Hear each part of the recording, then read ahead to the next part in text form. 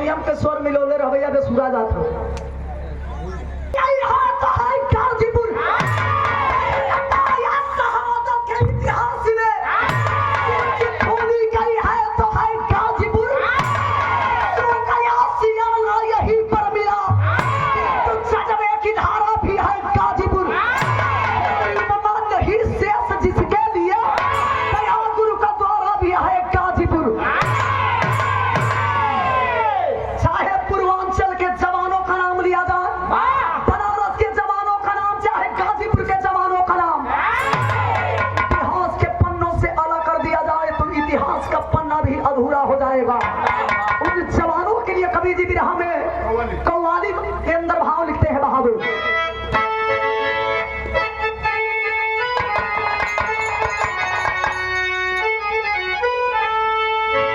चली जी आई लो आओ जब लगावो तड़ता आ जा एक लो ये धरती में मर्द दो किस्म के होलो। कैसन कैसन हो? एगो मर्द होलन कसौटी पर पानी पर मर्यादा पर मरे होलन। हमारा नियर होला। अरे वाह। आ एगो धरती पर ऐसनो मर्द होलन वीर होलन कि लाख मेहरारू के जुत्ती चप्पल चलत रही लेकिन समाज में काला टाइट। अरे वाह। मर्द तो प्यार से मारे ले तो छुआ के हटा ले बस। खाली तनी मनी मारे ले रतिया में दुलरावे ले कुछ मर्द ऐसा भी बारो लेकिन जो मान और सम्मान के लिए गर्दन कटाते हैं उसे हम वीर और मर्द कहते हैं।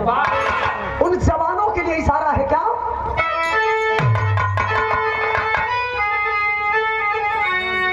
अरे उठो मुसलमान नमाज पढ़े लो, उठो मुसलमान नमाज पढ़े लो, अभी मेरा सर नहीं है।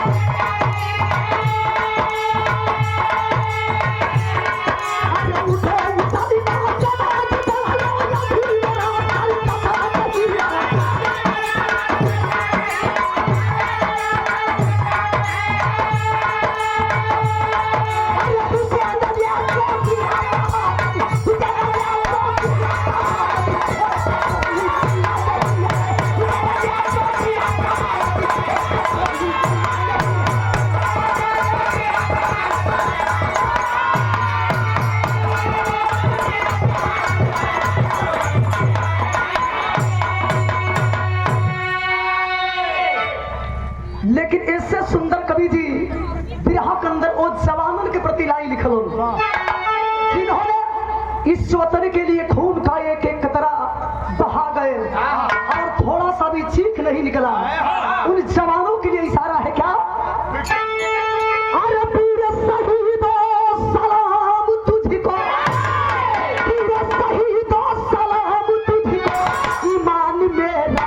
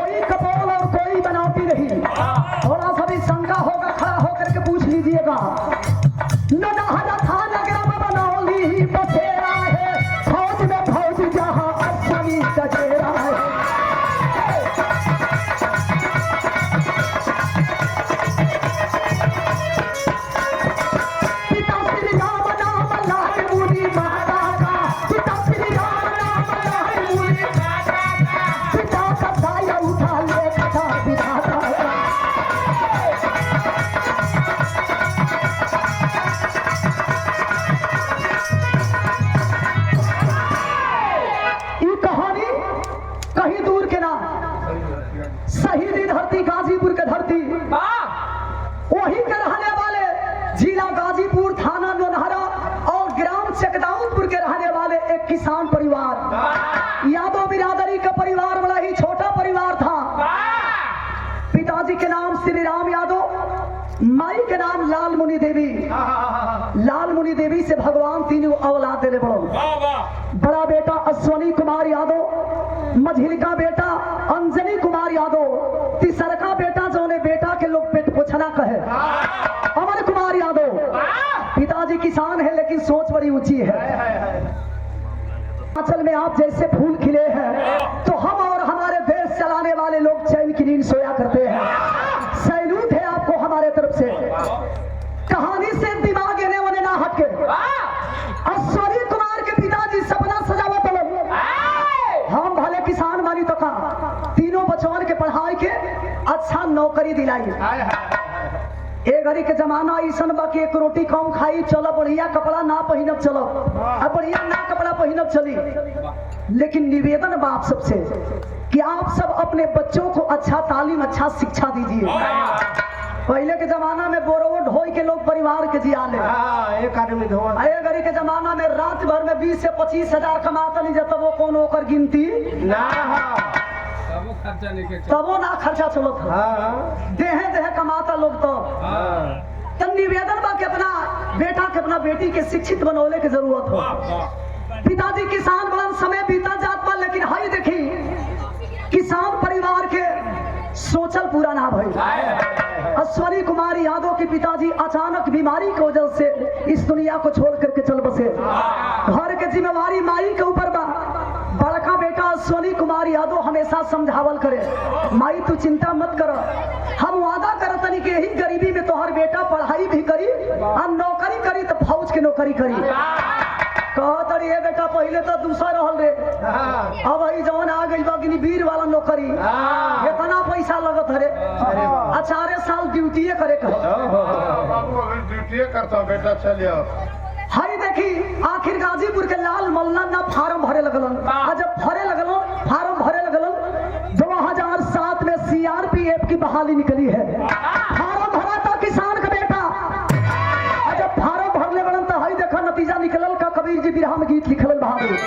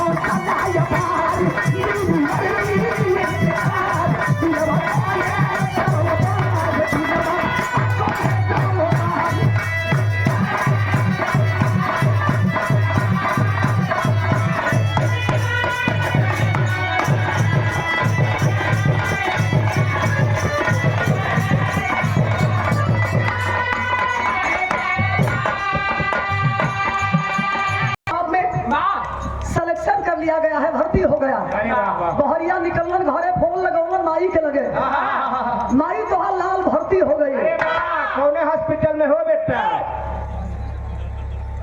तनी शुभ शुभ बोलल कर कबे मुंह पर जीरी पर सरस्वती मैया बास करी हम कोनो बराबरी ना। तोहर बेटा हॉस्पिटल में ना फौज में भर्ती हो गई। अरे बाप रे बाप, माई सुनली हल लगली है गोड़ी पदौरे। अरे वाह, गोड़ी पदौरे। अरे वाह रे घोड़ी वाह। हमर लाल फौज में भर्ती हो गई। अब लाल कब आई घरे आरती उतारे के इंतजार हो। अश्वनी कुमार यादव घरे अइलन आरती उतारा तड़ी के लाल ई बाबू के मान और सम्मान और पगड़ी के लाज रख लिहल। समय वो आ गई जहिया माई देश के सेवा करे खातिर बेटा के विदाई करत तड़ी। ये बाबू झरझर झरझर रोवा तड़ी, गुड़ दही खियावा तड़ी, जतरा बनावा तड़ी और रोई रोई के अपने लाल से एगो बात कहतरी। बिरहा में तर्ज लगिल मास्टर।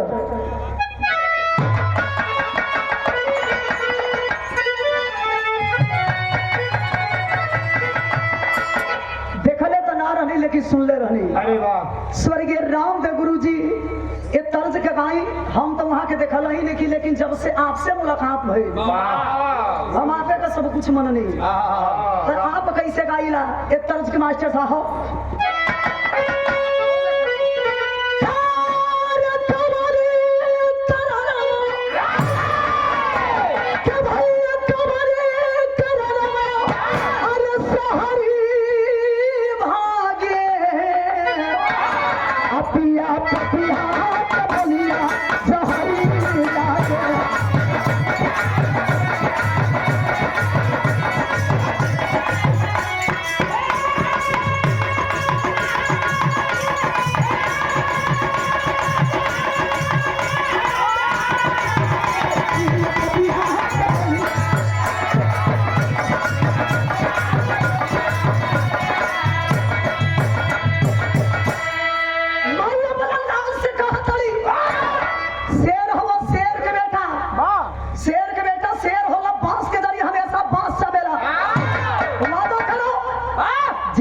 हिफाजत करने के लिए जा रहे हैं उस माँ से कभी गदारी नहीं होनी चाहिए। वादा करता है गाजीपुर का लाल तो लिखना पड़ा क्या?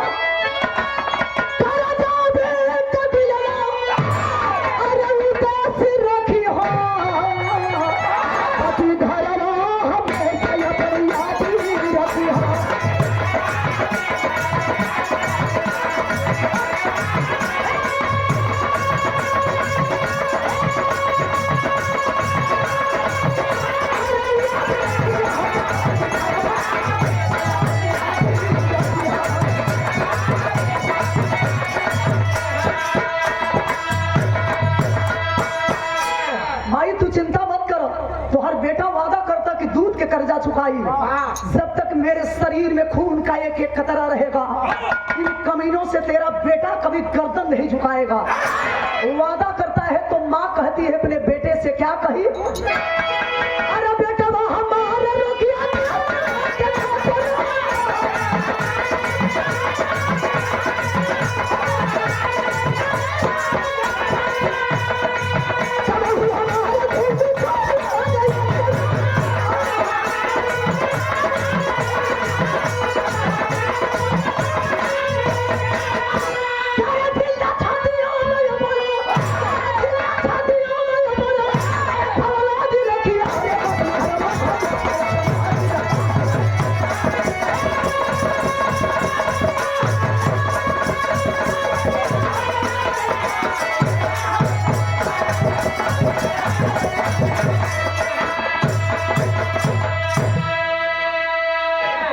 गाजीपुर का लाल माई के गांव जवान के आशीर्वाद लेके पहुंचलन देश के सेवा करे खातिर। ट्रेनिंग पूरा किया है जवान जब देश की हिफाजत करने लगा 3 साल तक ड्यूटी करत भई। माई शादी तय कर देली बेटा के। रिश्ता कहाँ तय भई? जिला बलिया थाना खेजूरी ब्लॉक के अंतर्गत एक छोटा गांव वहीं के रहने वाले गुलाब यादव के इकलौती बेटी अंशु से रिश्ता तय हो गया।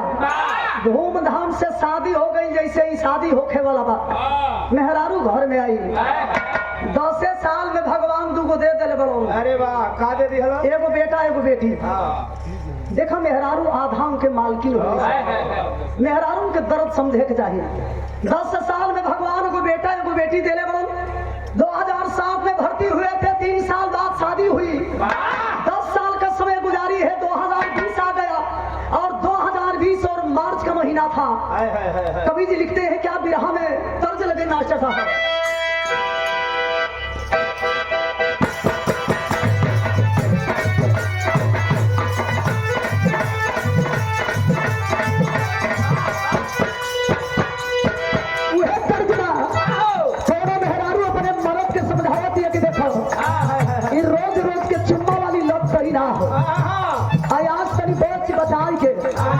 आज हम व्रत भूखल बनी, लेकिन लतुहा मरद कहाँ मानेला।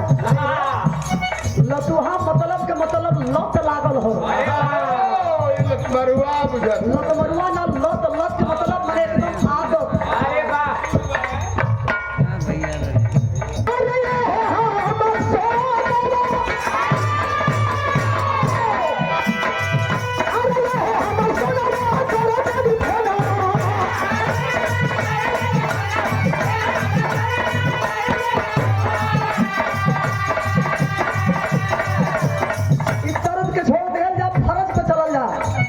मेहरारू मार्च के महीना में 2020 होने लगावती अपने फौजी पति के पास और कहती है कि कहाँ हो, एकदम कठोरे बन गई लगा।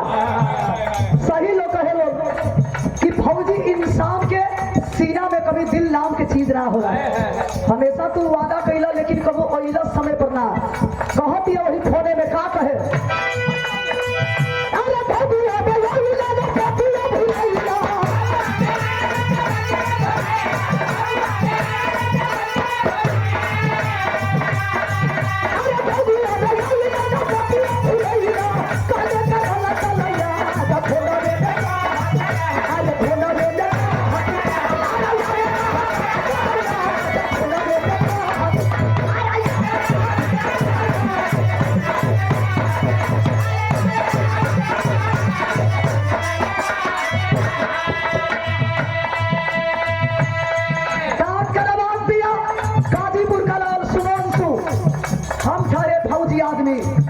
और हम फौजियों के लिए सबसे पहला देश का सेवा, उसके बाद परिवार। एक काम करो, ऐसा नहीं है कि माँ की याद हमें नहीं आती, बच्चों की याद हमें नहीं आती, भाइयों की याद भी आती है, लेकिन मेरे लिए सबसे पहले देश की सेवा। कह रहा है फोन में क्या,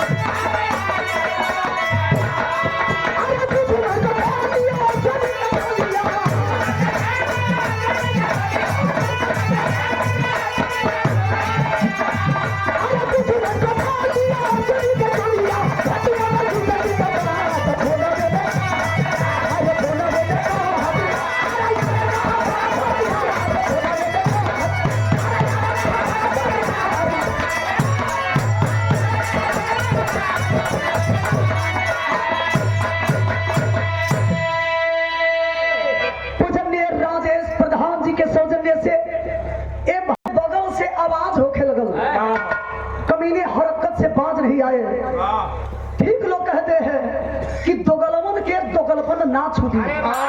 ये साले दोगले होते हैं। कौन दोगले होते हैं?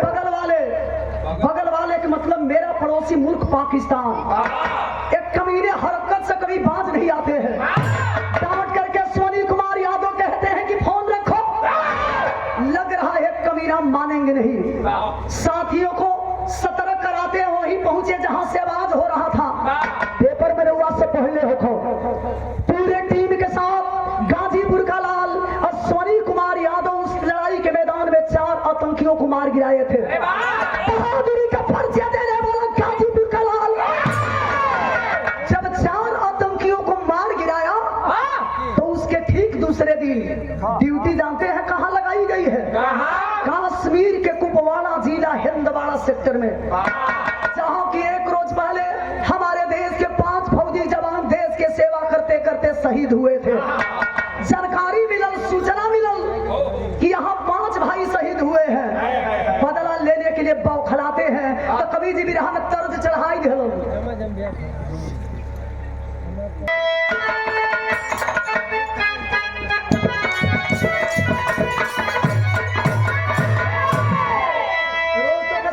मीरा के चढ़े उतरे वाली आदत ना। हाँ, के समझावलू? यही तोरे मास्टर के पैसा लेला।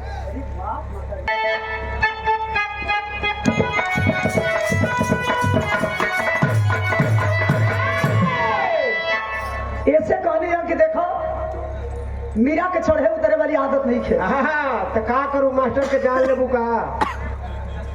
चढ़े कोई तो यही बकरी पे चढ़ी आदमी,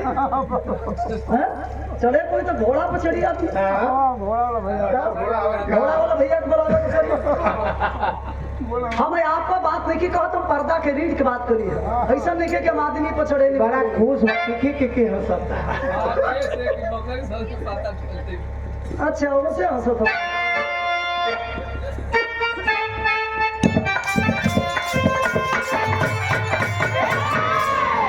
स्वर्गीय रामदेव गुरु जी जवानी के आलम में तर्ज के गाई कैसे वाशर।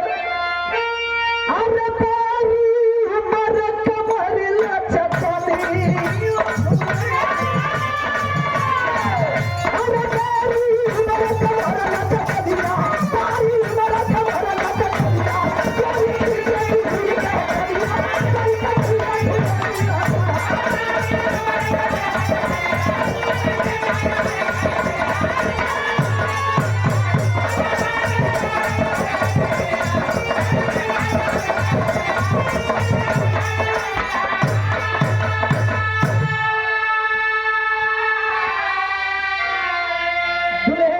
छोटका जी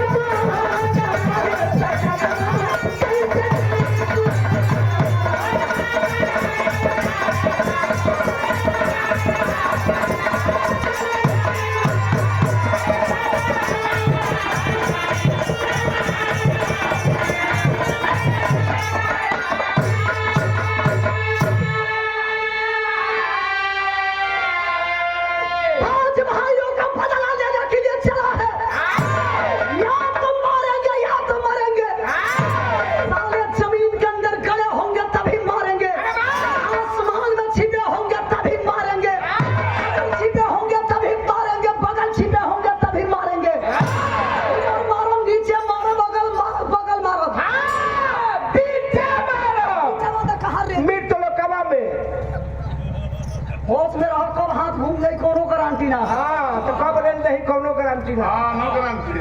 बहादुर जवान चलत तो कभी जी भाव लिखत हो। चलो भैया के ला। आओ। अरे बदला ले दे चले से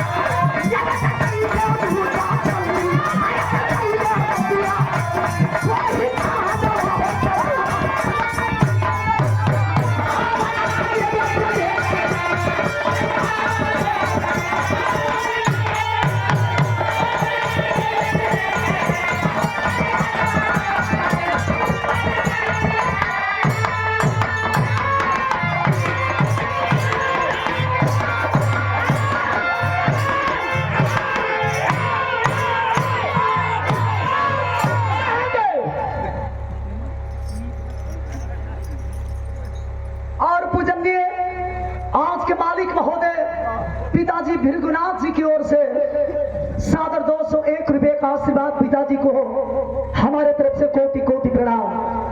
दोनों तरफ से गोलियां चल रही थी, दोनों तरफ के वीर मारे जा रहे थे। मूर्छाबंदी हुई देश के जवान, जब लड़ाई बंद भई वापस होते रहो। कमीना चाल चलते हैं जिसमें एक जवान नहीं, दो जवान नहीं, 3 जवान शहीद होते हैं। गाजीपुर का लाल वीर अश्वनी कुमार यादव भी सीने में गोली खा करके वीर गति को प्राप्त कर गया। धरती लहूलुहान पड़ी है। एक जवान उठाता है अश्वनी कुमार यादव के पार्थिव शरीर को, पहले तो जानने का प्रयास करता है क्या सांसें चल रही है, लेकिन नहीं, अश्वनी कुमार यादव दम को तोड़ चुके थे। पार्थिव शरीर को उठा करके तिरंगे में लपेटने लगा। ताबूत में बंद किया जा रहा था। सूचना लोग देने लगते हैं तो कवि जी विरह में टेरी के भाव लिखलन।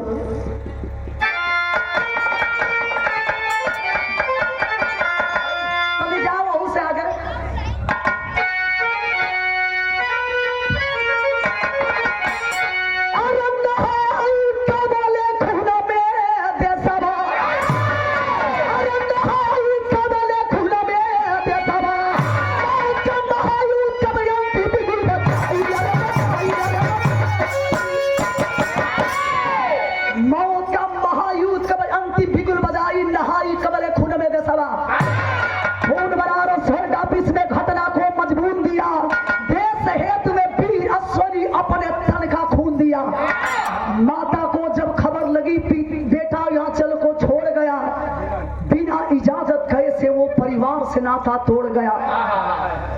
मेरा बेटा जिंदा है, क्यों झूठी खबर सुनाते हो?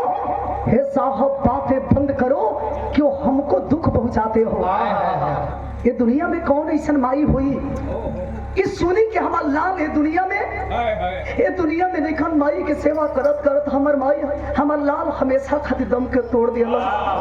पैर के नीचे से जमीन खिसकने लगी, कलेजा फट गया।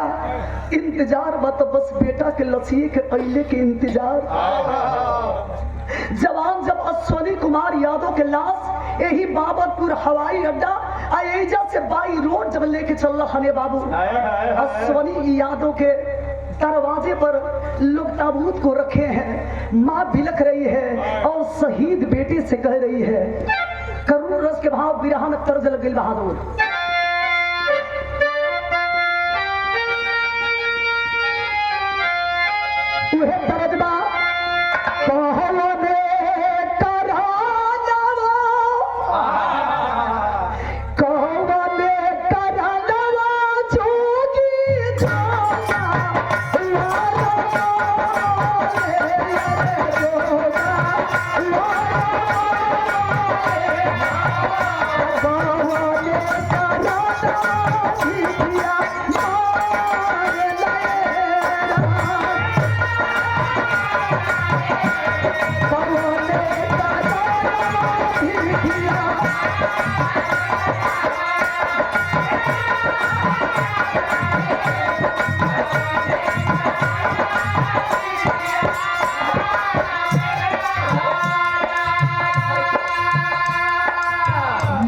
कवि जी लाई, लेकिन कानने में जैसे लगता है कि कलेजा फट जाएगा। याद करती है उस दीप को कि एक समय था कि इसी आंगन में हमने अपने बेटे को चलना सिखाया था। कटोरा भर के कभी दूध पिलाया करता था, आंचल में छिपाए के अपने लाल के, कभी यही छाती से लगाए के रखी ना। आज मेरा बेटा इस दुनिया में नहीं है, जगा रही है कि गरीबी दूर करने के लिए गए थे। एक बार इस माँ से बातें करो तो समझाए कि जाने वाले कभी लौट करके नहीं आते हैं। माँ कह रही है क्या, आंसू में हेलो खाली करो तो अपना माने बोला आई के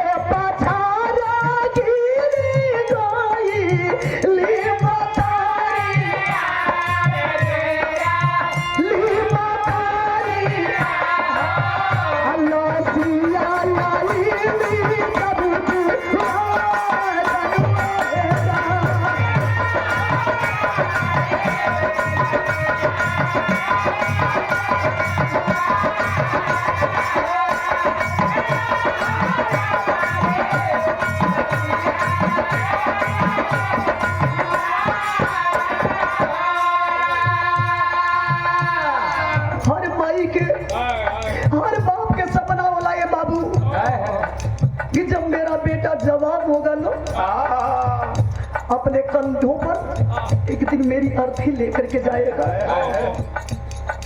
लेकिन बुढ़ापा में जो ने बाप के कानी पर एगो जवान बेटा के अर्थी उठे ले बाबू, वो माई वो बाप ये दुनिया में अपने आप के जियला से अच्छा मरल महसूस करेगा। रोती है शहीद बेटे से, कहती है क्या कही, भला ही तू लुटला बेटा रे बुढ़ाई, रे बुढ़ाई, अता है लुटला बहुआई के दिया जनुए तेरा।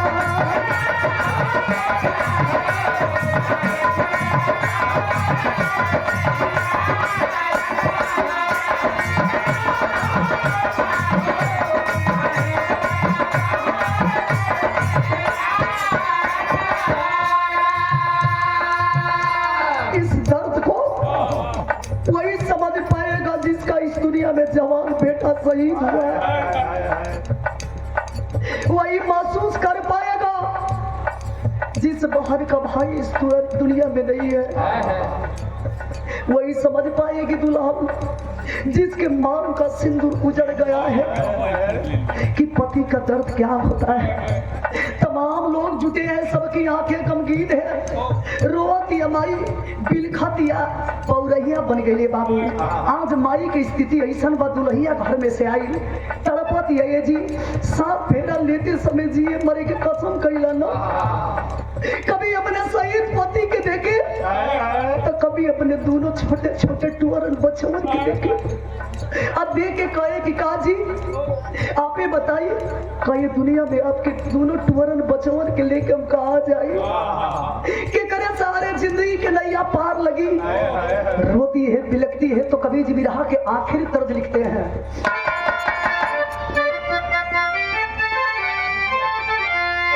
बिटिया रानी की, बिटिया रानी की, अरे डॉक्टर बनैबा समर हमारी बिटिया।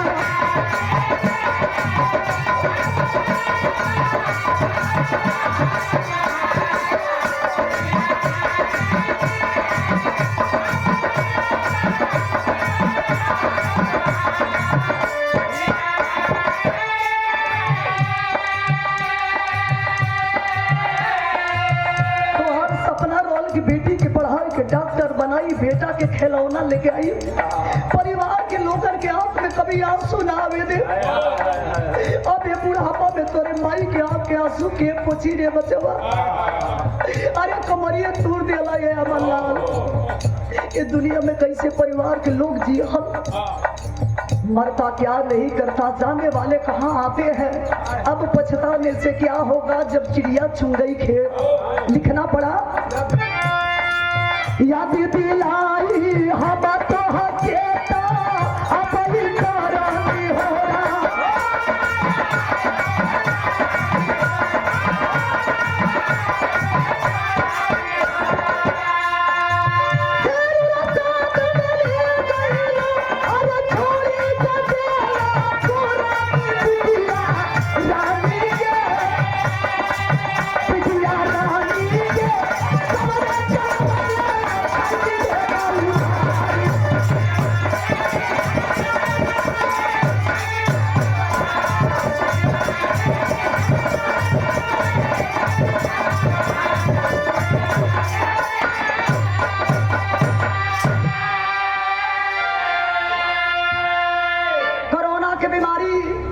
सीमा पर हर जगह लॉकडाउन, लेकिन नहीं, आप लोगों ने साबित कर दिया कि इस दुनिया में दो ही हीरो हैं, सीमा पर हमारे देश के जवान और देश के किसान। ये है तब हमारा देश टिका हुआ है। उठाए के लाश के श्मशान घाट के तरफ लोग लेके चले लगलन तो कभी जी मात्र 4 लाइन अल्लाह लिखल भागो। आइए, अरे राष्ट्र प्रेम की बात करे हम,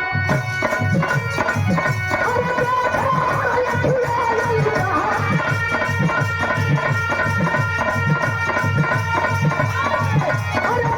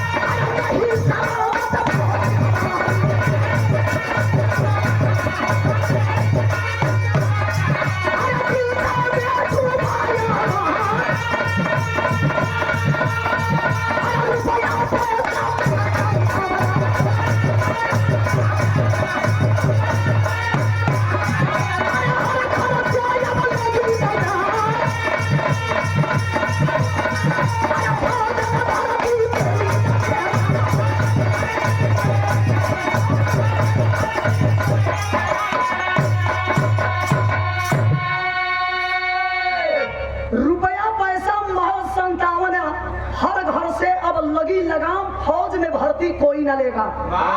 किसान का बेटा, मजदूर का बेटा, रिक्शा चलाने वाला का बेटा, चाहे हमारे देश के बहादुर फौजी जवान हो और चाहे पहलवान हो, हर माई हर बाप अपने सपना के पैर के नीचे दबाए के सूखल रोटी खाए के अपना बेटा के खियाई पियाई के देश के सेवा करे लायक बनावे लोग। आपको दर्द कैसे होगा जेकरा अड़ी न फाटे बेवायु का जानी पीर पर आई, दोनों का बंडा एनियो बाढ़ ओनियो बाढ़, तो कैसे दर्द महसूस हुई। एक समय था कि जवान जब शहीद होते तो रैंक के हिसाब से पैसा मिला करता था, किसी को 1 लाख, किसी को 1.5 लाख, किसी को 5 लाख। लेकिन आप ही सबके बीच के रहने वाले जिनको आप अपना नेता मान करके, नेता कह करके संबोधित किए, धरती पुत्र मुलायम सिंह यादव जी, जिन्होंने अपने कार्यकाल में अपने कलम से नियम को बदल डाला था कि जो भी जवान शहीद होते हैं उनको 1 लाख, 1.5 लाख नहीं, 5 लाख रुपया नहीं, 10 लाख रुपया दिया जाएगा और उनकी पार्थिव शरीर उनके परिवार वालों तक पहुंचाई जाएगी। अगर मेरी बात सच्ची है तो एक बार ताली बजा करके नेताजी के नाम पर सम्मानित कर दीजिए। आज भी नेताजी का चेहरा अखिलेश यादव जी की आंखों में झलकता है और उन्हीं के रास्ते पर चल करके उनका ही सुपुत्र आज 10 लाख 15 लाख नहीं, 20 से 25 लाख रुपया जवानों को मोजा देने का काम किए हैं। तो आखिरी बंद में लिखना पड़ा बहादुर, एगो विधवा कह दिया कि पैसा ना चाहिए नेताजी, शहीद होता आदमी तो पैसा दे देता, फूल माला चढ़ावा तो लौटावे के बाद मेरा मंगिया के सेनुरवा लौटा दो, और ना लौटेबा तो तोहार नारा बाकी बेटी पढ़ाओ बेटी बचाओ। लेकिन कहाँ बेटियां सुरक्षित है। मणिपुर में हमारी बहन बेटियों को सरेआम नंगा घुमाया गया, अब वहां आपकी सरकार थी, थोड़ा सा भी आप इस पर विचार नहीं किए। और प्रतिदिन एक माँ और बाप अपने बेटी के इंतजार में बैठ करके पूरा दिन काटते हैं, मेरी बेटी पढ़ने गई है, सुरक्षित घर वापस आएगी कि नहीं। रोती है और कहती है सरकार से क्या,